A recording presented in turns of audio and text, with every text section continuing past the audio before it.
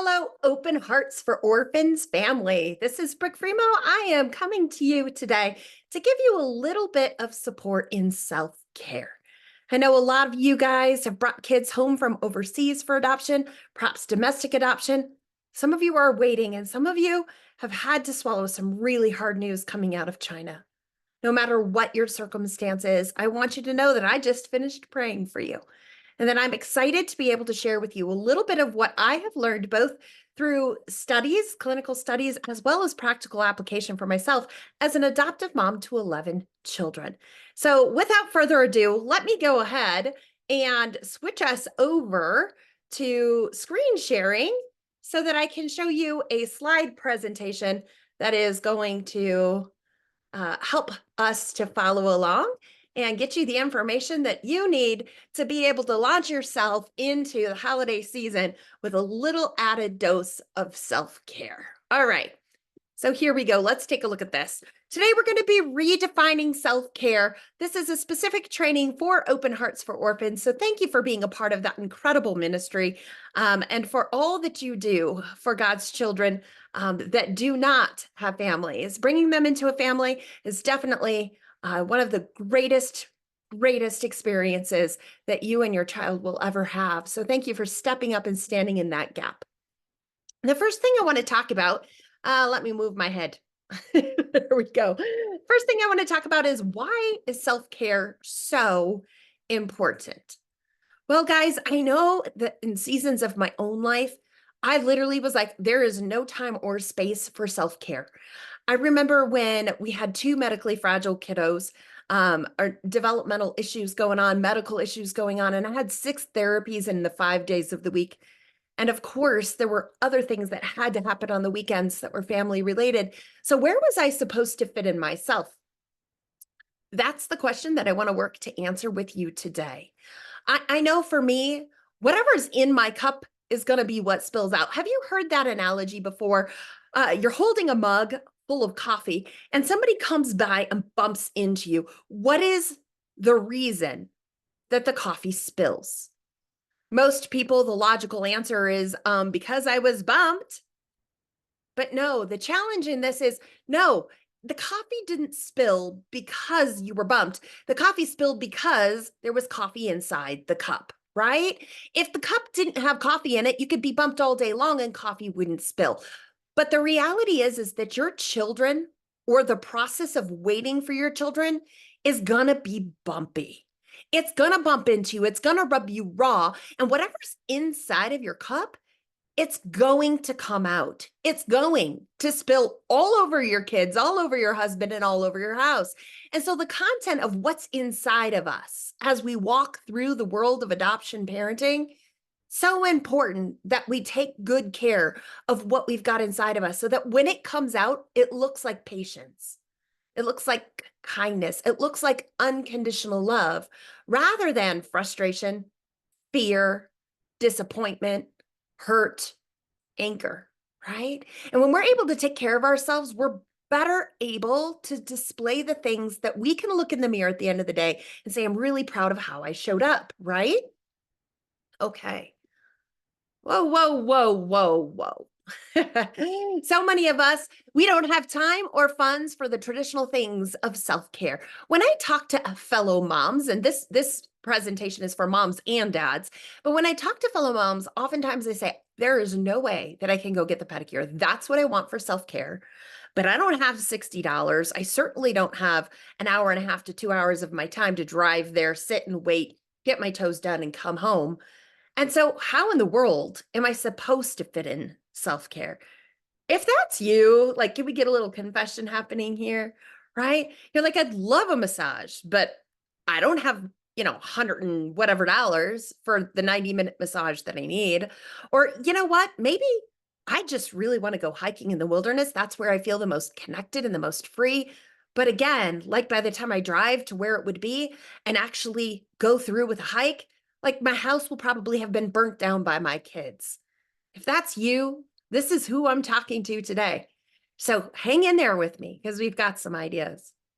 The first thing that we need to focus on is filling our reserve tank and then building up from there, right? Do you guys remember pickup trucks? How they used to have a main tank and then they would have the reserve gas tank. I know I'm aging myself here. If you're looking at me like, wow, Brooke, where are you coming from on this? Trust me, it's how it used to be. You had your main tank and you had your reserve tank. And what's happened with so many families that are in the midst of trauma parenting is you've drained your main tank, you're down in your reserve tanks, and you're literally about to go bankrupt and end up on the side of a road with no path forward, right? You're gonna run out of fuel. And then you do something that's self-care. Let's say it is that pedicure, right? So you invest your money, you invest your time, and you come back and you're like, oh my word. One, now I have no money. Two, I'm more stressed out than when I left because literally my kids are going totally bananas and bonkers. My pantry has been raided. There's like cereal all over the carpet that's been smashed in, and it's just not worth the 2 hours and the money. And so you feel like that self-care actually was a cost to you rather than a benefit to you. Have you experienced that before? And then what happens is you're like, wow, so I can't even take care of myself. This is a life sentence, this parenting stuff. Like, how in the world am I going to do this for another week, let alone another 6 months or another year or another 5 years? At what point is there going to be an ounce of refreshment for me to be able to stay in the battlefield? Again, that's not all of us. But if you're in that season, I get it. And if you're not in that season, I pray you never are. But regardless of what season you're in, these strategies are going to be able to help you. We want you to take the bull by the horns, right? With some regular, reoccurring self-care. What I'm talking about is things that you can fit into your life at home on a very daily, regular basis. Those three things that we're going to focus on today, they are safe spot for yourself. If you've followed me on YouTube or if you've worked with me through Journey University for Adoptive Families, you know that safe spot is a term that we use as a space for people to go and process their feelings in healthy and helpful ways. And we want to make sure that all parents have a safe spot. So that's one strategy we're going to look at. The second strategy is called somatic processing. If you have not heard of somatic processing, I would highly recommend that you look into somatic processing through YouTube. There's going to be a lot of guided somatic processing videos there. My recommendation, if you are a believer and you align with faith, to type in your faith. So for me, it would look like Christian somatic processing so that you don't get something that's a little out there. We'll talk a little bit more about that when we get to that section. And then our last thing is connecting with the Lord. We're going to look at what does that look like for you. Now, I know that not everybody has a faith walk and a faith relationship, but I know that there are so many of us that do. And so we're going to touch on that as well. And even if you're not a person that aligns with a specific faith, generally people do have a belief in a higher power, right? And so I want you to take from that whatever you can, and certainly all three of these, whatever doesn't resonate with you, no hard feelings. We want this to be helpful for you. So as we move through it, I want you to just keep a little list of what does and what doesn't work for you, and feel free to do the things that you think you'll be successful in implementing in your home, okay? All right, bulletproofing your safe spot. First, let's define what safe spot is. For most parents, it is the bedroom. It's wherever your bed is. We want to make sure that you always know when you're in your safe spot that your kids are safe. I know I've worked with some very extreme families over the years. And so sometimes that means putting cameras all around your house so that you're positive that no child is in a situation that's going to be dangerous for them while you're checking out and taking care of yourself, okay? Things, they can be fixed and they can be replaced. Things are just things. And so oftentimes when we are first implementing Safe Spot for moms and dads, kids will work very hard to try and get you to come back out and allow them to be the center of your attention and your world, especially if they're used to that, right? And yet you're going, hey, if you really want me around you, trust me, you don't want what's in my cup right now. It's not pretty, right? And so the best thing we can do is learn to teach our children, learn to teach our children that it's okay for us to take our own safe spot and that they can do the same. It empowers them and it empowers you. And so this is the thing I would say, if you have one of those kiddos that's working really hard to get you out of safe spot, let things go, right? There are some kids that will literally go around and like try to stir up messes. For the most part, they'll have to make that right, but you still need to be able to take care of you. And so I want to encourage you, if you're in safe spot and if you're the parent that has to have the camera to make sure kids are safe, and the kids are literally like, look at this, mom, and dumping flour out all over the kitchen floor, flour can be cleaned up, right? Your kids are safe, you're safe, and you're doing what's necessary to take care of yourself.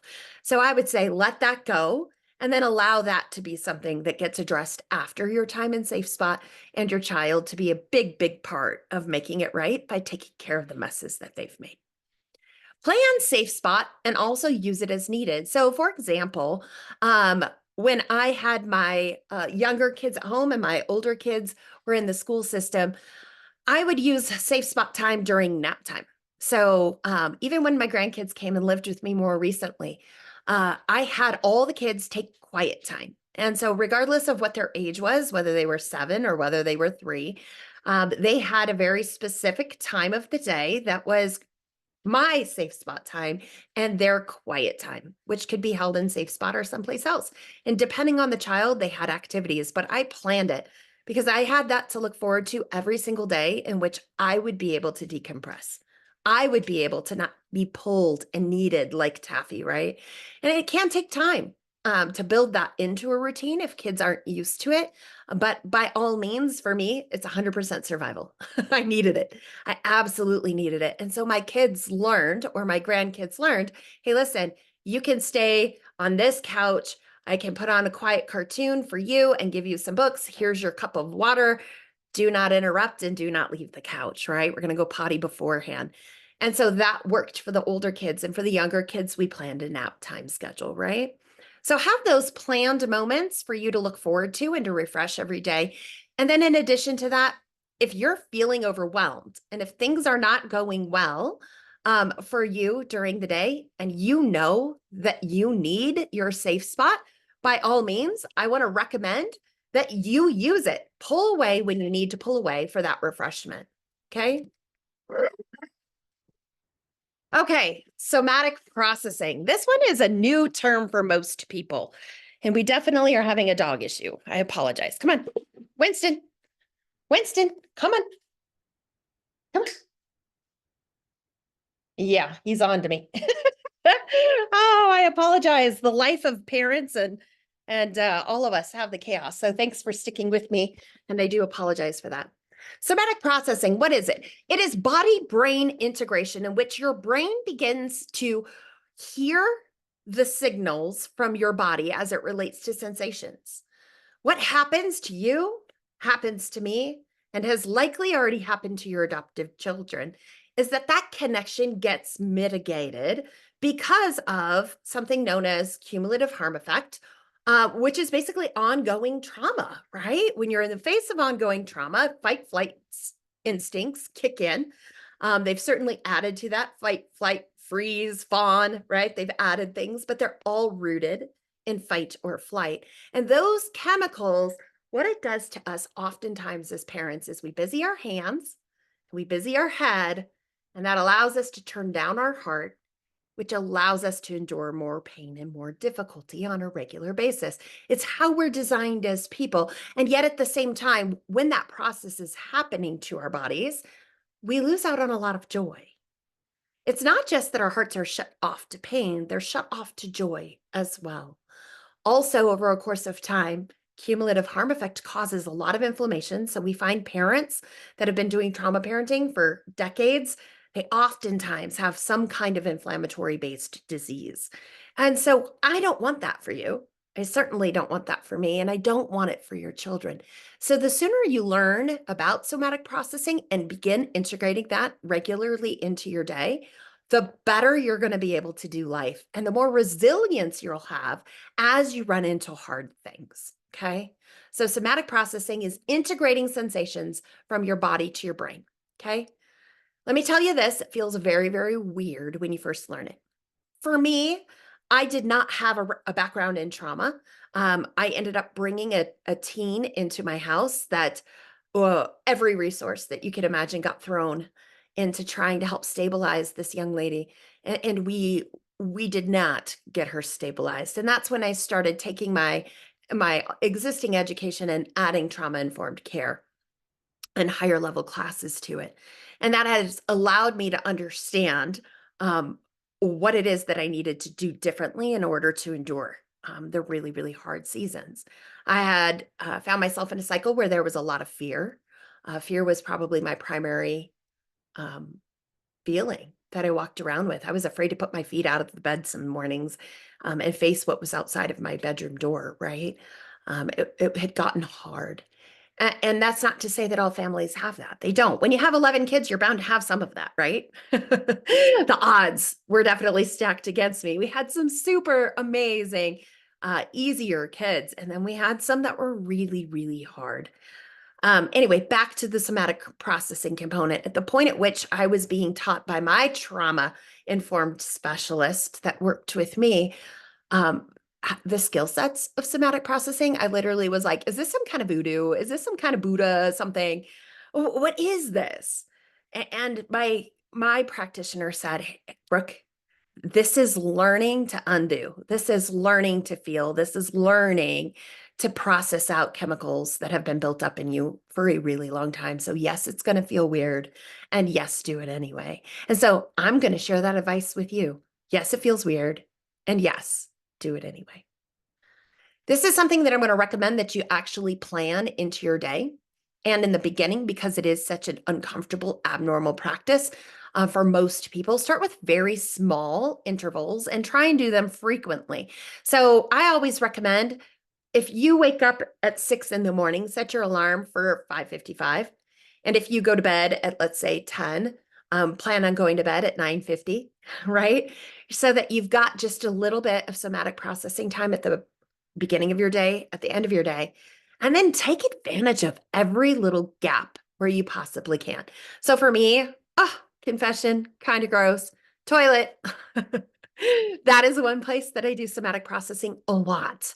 I use the bathroom quick. I'm in and out, but that gives me a solid like 60 seconds that I can just do a little bit of breath work and a little bit of body tracing. And so that's a place that I'll do it. Red lights, that's another place where I'm stopped and I know that I have 2 minutes.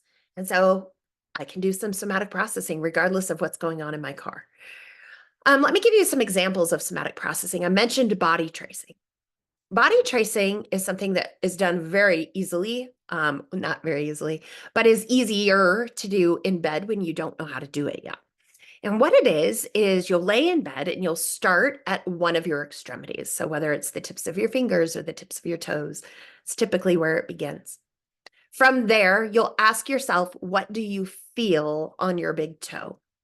Guys, I cannot tell you how many times the answer for me was, I don't know. I don't think I feel anything. Or I'd be really, really sad. And my therapist, he would say to me, Brooke, where do you feel that sadness? Where do you feel that? And I'd say, I don't know. I'm just sad because. And then I would explain it. And he would say, uh-huh. And in your body, where do you feel that? And I'd say, I don't. If that's you, have grace, have patience. It can take quite a bit of time to get to where you turn on the sensations again. But typically people feel sad as heavy in their chest, tight in their shoulders, pressure behind their eyes, a lump in their throat. I wasn't feeling those things to be able to verbalize them and to be able to articulate them. But I got to where I could feel the sensations again. And yes, those are hard, yucky sensations to feel, which is why my body had shut them off for so long. And yet the beauty of that is guess what, guys? I smile a lot. And it's genuine and it's real. And I wake up every day with a newfound joy as I go into the world of parenting that I didn't have before I started somatic processing. So I want to encourage you, again, YouTube is a great place to get some of these exercises on somatic processing, but it can be everything from left and right crossing of the brain, right? To physical sensations, smells, sounds. Your kids, if they're in therapy, may have been given the 5, 4, 3, 2, 1, 5 things that you can see, right? 4 things that you could touch, 3 things that you could hear, 2 things that you can smell, and 1 thing that you taste. That exercise is an exercise of somatic processing. So therapists are often giving those to kids to help them calm their sensations and bring their brain back into their body awareness, right? Powerful, powerful strategies. And so I want to encourage you, look into these, utilize them all throughout the day, wherever you can, because they do make a difference in the ways in which you feel as you're going throughout the day. Is that fair? Is that a fair ask? I know it's a weird ask, but it's fair, right? All right, I've got one more for you. The Lord is the source of our refreshment. So many times we just feel like, where's God at? Like, oh my word, answer my prayers, would you? Get to it. And so it feels like, oh my goodness, he isn't there holding me, taking care of this circumstance. And so we look to the world around us, and then we find out that our friends don't fully get it. And sometimes our family doesn't fully get it. And our support system isn't what we think. And therefore, we feel even more isolated and more alone as we're walking the journey of parenting kids with differences, right? And yet at the same time, what does scripture say? Let me move my face again. What does scripture say? Matthew 11:28. Come to me, all you who are toiling, to struggling, and loaded down, and I will refresh you. Who? The Lord is going to refresh you. Not the massage, right? That you got frustrated when you spent all that money and came home and everything, it was like not even worth it, right? Right. The Lord, going to the Lord for refreshment. He's going to come, right? God is our refuge and strength and ever-present help in trouble. Psalms 46:1. Guys, when things are hard at home, your strength to run the race, your endurance, right? Your refreshment, your shelter that protects you, the Lord. 2 Corinthians 1:3-4. God is our merciful Father and the source of all comfort. He comforts us in our troubles so that we can comfort others, right? That's the analogy of the cup laid out so well. Look, God's going to pour into you all of that comfort so that then what is spilling out? It's your ability to comfort your kids when they're walking through those hard moments, right? And so I want to encourage you. The Lord does not lie. He doesn't lie. So what are ways that you can come to the Lord to get that refreshment, to get that endurance, that resilience, right? To get the comfort that he has for you? Obviously, the word, that is one way, but I don't know about you. That way, it's really, really hard for me when I'm feeling big feelings, right? When I'm in my safe spot, like trying to figure out the next step on what I'm going to do to deal with whatever's happening outside my door. Oftentimes, it's very hard for me to read and focus at the same time. So for me, it's worship. I absolutely love to play worship music. Another thing that I really enjoy doing to connect with the Lord is gardening or taking care of plants. I feel super connected to God when I see the miraculous life that he has put into plants and animals. Speaking of animals, my dog, not the one that's been growling, he's rude. He's my husband's. It's not my fault. My dog, the one that's getting growled at, is such a source of, oh my word, God, thank you, right? Like I run my hands through his fur and I see the perfection in him and just the way that God has built him to be a strength and comfort for me. And so he draws me to the Lord, and I'll just pray. I'll pray and I'll praise the Lord for all that is going right while I'm petting my dog in my safe spot. So whichever way you like to connect with God, I want to encourage you to do that, right? And to be very, very intentional about it, especially when you're feeling your weakest. All right. So here's the thing, guys. These are 3 strategies that I've given you. I think these are really things that you can implement regardless of how chaotic your world is or how calm your world is. There are great benefits to all 3 of these strategies, but I don't want it to stop here, right? You know yourself best. If a massage is the thing that you need to keep going, by all means, do the massage, right? But maybe try some somatic processing even during the massage, where you're tangibly telling yourself in words what you're feeling. That's somatic processing. That is connecting the body and the brain, right? So still do those things, right? You know what you need. You know, oh my goodness, what I need is to have a clean diet for 2 days because I just cannot keep like junk food eating and feel good. You might know that that's what you need, right? I want you to advocate for yourself. Reach into the support system that you do have and try to make sure that you're putting the right things into your cup so the right things come out, right? I mentioned this: red lights, toilet time, nap time, school hours, shower time. I know some mamas struggle to even get their shower in, right? But those are moments where you can really just grab a couple of minutes to make a huge difference in your world, right? Okay. And then last but not least, have grace for your kids. No, no, you have grace for your kids. You already have a ton of grace for your kids. And the Lord, He's got grace for you, right? So, can you find grace for yourself?